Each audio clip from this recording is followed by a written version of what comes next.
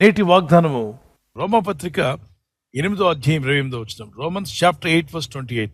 దేవుని ప్రేమించు వారికి అనగా ఆయన సంకల్పం చొప్పున పిలువబడిన వారికి మేలు కలుగుటకే సమస్తమును సమకూడి జరుగుచున్నవని ఎరుగుదుము.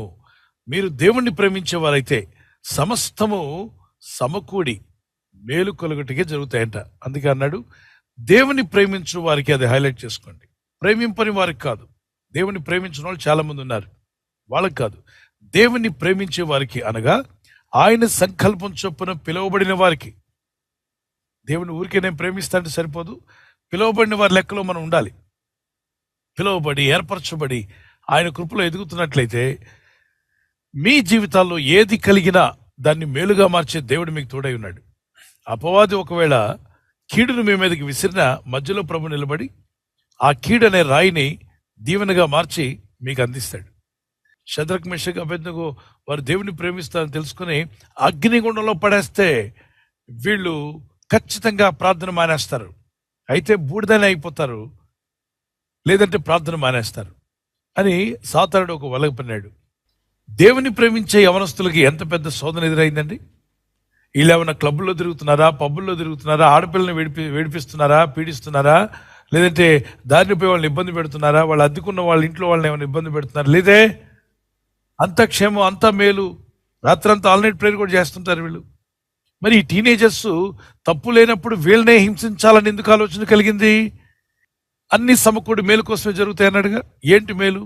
వీళ్ళు దేవుణ్ణి ప్రార్థన చేస్తాము, మనుషులు పెట్టిన వాటిని మొక్కము అన్నందుకు అగ్ని గుండాన్ని 7 రెట్లు ఎక్కువ చేయమన్నట్టు. 7 రెట్లు మంట పెంచండ్రా అన్నాడు. మరి దేవుని ప్రేమించేవారికి సమకూడి మేలు కొరకే జరుగుతాయి అన్నాడు కదా. మంటను పెంచడం మేలా? కాదే. అగ్నిగుండం మండుతుంది, దాన్ని 7 రెట్లు ఎక్కువ అంటే విపరీతంగా మండిపోతుంది. ఆ మంట ఆవిరికి బయట నిలబడిన వాళ్ళు కూడా కాలిపోయేంత పరిస్థితి అంట. ఈ ముగ్గురిని పట్టి అందులో పడేయమన్నారు. వీళ్ళు ముగ్గురు అంటారు, రాజా ఈ విషయంలో నీకు సమాధానం చెప్పాల్సిన అవసరం మాకు లేదు. ఎందుకంటే రాజులకు పైరాజు, రారాజు, రక్షకుడైన ప్రభుని మేము ప్రార్థన చేస్తున్నాం. మేము ఆరాధించిన దేవునికి తప్ప మనుషులు చేసిన వాటికి ఎలా మొక్కమంటావు రాజా? ఒకసారి ఆలోచన చేయి. పనోళ్ళు చేశారు, చెమట గారిపోతూ పని చేస్తున్నప్పుడు ఆయన సుత్తితో కొట్టేటప్పుడు చేయి నలిగింది అనుకోండి, బూతులు తిట్టాడు. ఇక్కడ నొప్పి వచ్చినప్పుడు నోటి నుండి వేరే భాష వచ్చేస్తుంటుంది.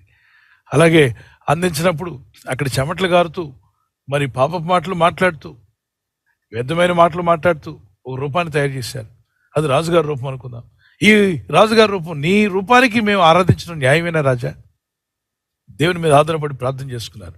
దేవుడు గొప్ప ధైర్యంతో నింపాడు. రాజా ఈ విషయంలో నీకు సమాధానం చెప్పాల్సిన అవసరం లేదు. దానియేలు 3:16, 17, 18లో వారు అంటారు, ఒకవేళ మేము సేవిస్తున్న దేవుడు, మేము ఏ దేవుడిని అయితే సేవిస్తున్నామో అనుదినం మేము సేవిస్తున్నాం కదా, మేము సేవించున్న దేవుడు మండుచున్న వేడిమి గల ఈ అగ్నిగుండంలో నుండి మమ్మను తప్పించి రక్షించుటకు సమర్థుడు, మరియు నీ వశమున పడకుండా ఆయన మమ్మల్ని రక్షించును. రాజా నీ వశమున పడకుండా ఆయన మమ్మల్ని రక్షిస్తాడు. ఒకవేళ ఆయన రక్షింపకపోయినను, దేవుడు ఒకళ్ళు రక్షించకపోయినా, మేము మా శరీరాలు బూడిదైనా పర్వాలేదు, మా ఆత్మలు పరలోకం వెళ్తాయి. కాబట్టి రాజా నీ దేవతలను మేము పూజింపమనియు నీవు నిలబెట్టిన ఆ బంగారు ప్రతిమకు నమస్కారం చేయమని తెలుసుకున్నాము రాజా. ఒకవేళ రక్షించకపోయినా మేము కాలేనే పోతాం, కానీ ఈ పనులు చేయమయ్యా అని చెప్పన్నారు. దానికి అతను ఉగ్రుడై 7 రెట్లు పెంచి పడైండ్రా వీళ్ళు ముగ్గురు అన్నాడు. వాళ్ళు అధికారులు వచ్చి, అంటే సైనికులు, దేహదారుఢ్యం గలవారు, ఈ ముగ్గురిని తాళ్లతో కట్టేశారు. కట్టి మరి ముగ్గురు అందులో వేయాలి కదా. బలమైన వాళ్ళందరూ కలిసి ముగ్గురు తోసుకుంటూ వెళ్ళి అందులో పడేయడానికి వాళ్ళ దగ్గరికి సమీపిస్తుండగానే లోపల నుండి అగ్ని మంట భయంకరంగా వస్తుంది. 7 రెట్లు అంటే చాలా భయంకరమైన మంట. ఆ ఆవిరి వేడికి సెగకు పడేసిన వాళ్ళు కాలి బూడిదైపోయారట. ఇది పడేసిన వాళ్ళు. ఇక పడిపోయిన వాళ్ళు ఇంకేం ఉండకూడదు. అయితే ఏం జరిగింది? రాజు అందరూ చూస్తూనే ఉన్నారు తీవ్రంగా. ఆయన పెద్ద సింహాసనం వేసుకున్నాడు, ఎత్తైన సింహాసనం, చూస్తున్నాడు ఏం జరుగుతుందని.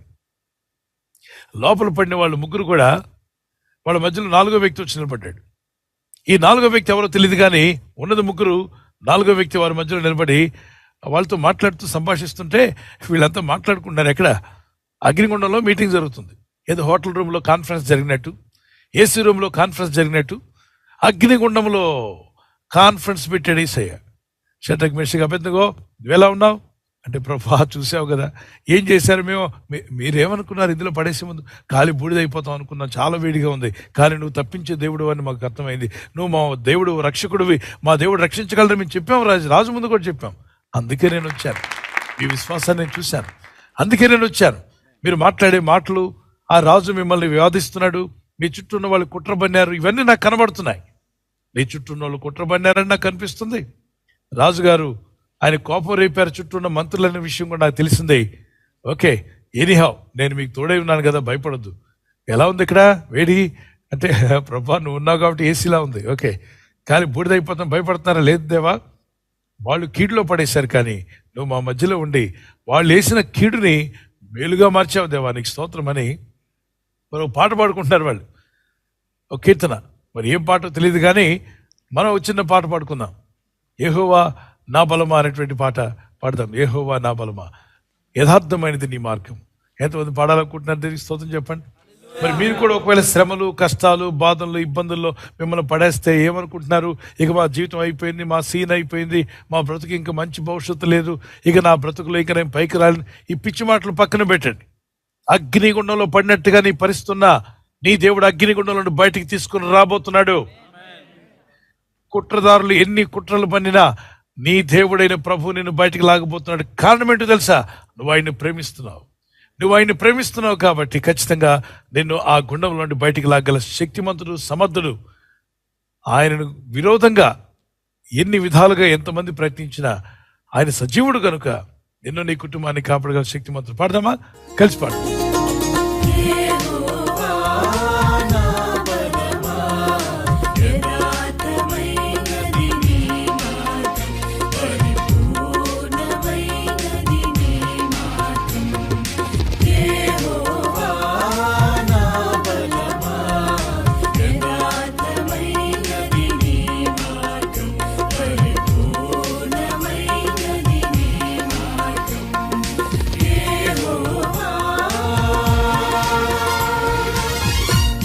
ఆమేన్. ఆయన మార్గం యథార్థమైందని నమ్మిన వారు చప్పట్లు కొట్టి దీనికి స్తోత్రం చెల్లిద్దాం. శోధనలు అనేవి వస్తూ ఉంటాయి ఈ భూమి మీద, కానీ నువ్వు సేవిస్తున్న దేవుడు నేను తప్పించగలడని కాన్ఫిడెన్స్ అనుదిన ప్రార్థనలో నీకు ఏర్పడుతుంది.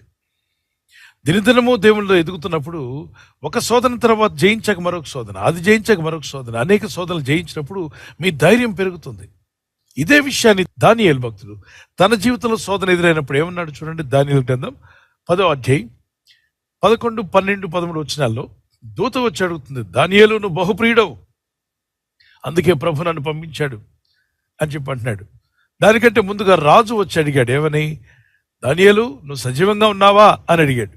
అడిగితే దానియేలు చెప్తాడు, నేను అనుదినము సేవించుచున్న నా దేవుడు తన దూతను పంపి సింహాల నోర్లు కట్టేశాడు, కాబట్టి ఒక్క సింహం కూడా నన్ను ముట్టలేదు.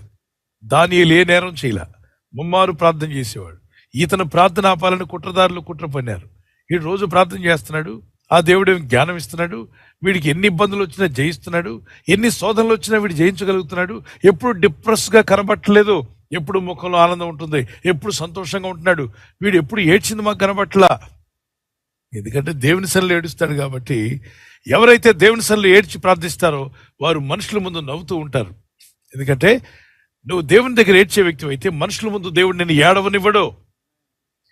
దేవుని దగ్గర ఏడవని వ్యక్తులు మనుషుల ముందు ఏడుస్తూ కూర్చోవాలి, మనుషులందరి ముందు ఏడుస్తూ ఉండాలి.